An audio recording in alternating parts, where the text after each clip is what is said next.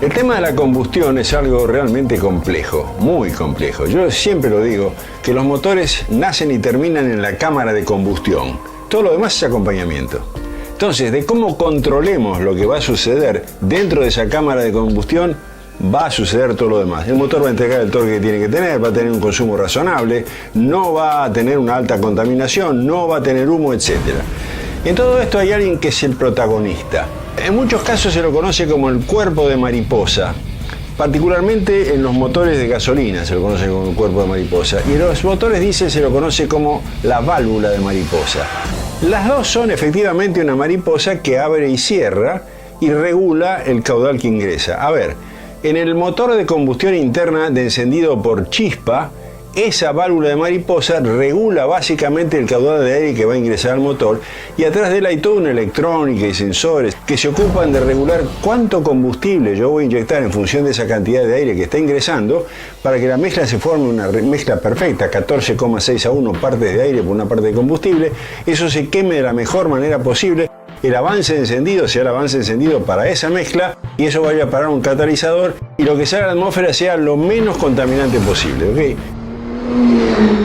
Pero vamos al otro, al diésel, la válvula de mariposa. Porque usted se estará preguntando, pero a ver, Garibaldi, el diésel se traga todo el aire que pueda. Sí, señor, tiene usted toda la razón del mundo. Pero le hemos agregado dos cosas a los motores diésel. Le hemos agregado turbocompresores, y le hemos agregado catalizadores, y le hemos agregado filtros de partículas.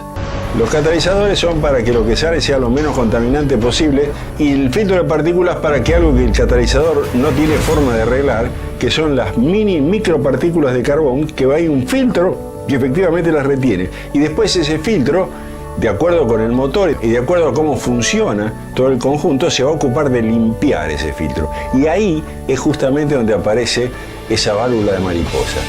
Pero atención, entre el filtro de aire y el colector de emisión puede haber, por ejemplo, un turbo. Y el turbo es un inflador. Y si el inflador me infla demasiado, por ejemplo, me puede llegar a ocurrir que la presión de gases de escape no sea lo suficientemente alta para algo que ya hemos hablado, se llama la válvula EGR. Válvula EGR viene de Exhaust Gas Recirculation, es una recirculación de gases de escape que puede llegar a ser importante, le digo 40%.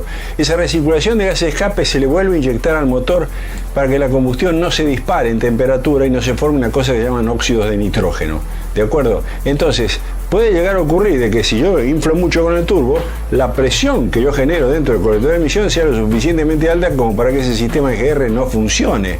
Entonces, el sistema EGR tiene un montón de controles electrónicos básicamente, sensor de aire, sensor de temperatura, sensor de calidad de mezcla, etcétera, que están todos armonizados para que de nuevo lo que salga por el tubo de escape sea lo menos contaminante posible, para permitir que el sistema de regeneración de ese filtro de partículas, el famoso FAP, pueda realmente funcionar.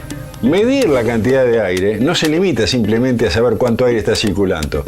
Ese aire tenemos que saber qué temperatura tiene y qué cantidad de gas es el que está circulando. En función de eso, yo voy a poder actuar esa mariposa. Pero todo eso tiene una regulación electrónica que está permanentemente actuando de acuerdo a las circunstancias para regular la cantidad de aire en tiempo y forma.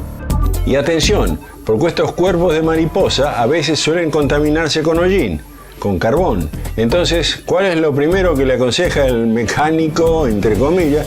Sácaselo que no pasa nada. Como también le dicen con la EGR, sácasela que no pasa nada, y que porque hay escape salga algo que no liquida todo. Bueno, pero eso es secundario. No.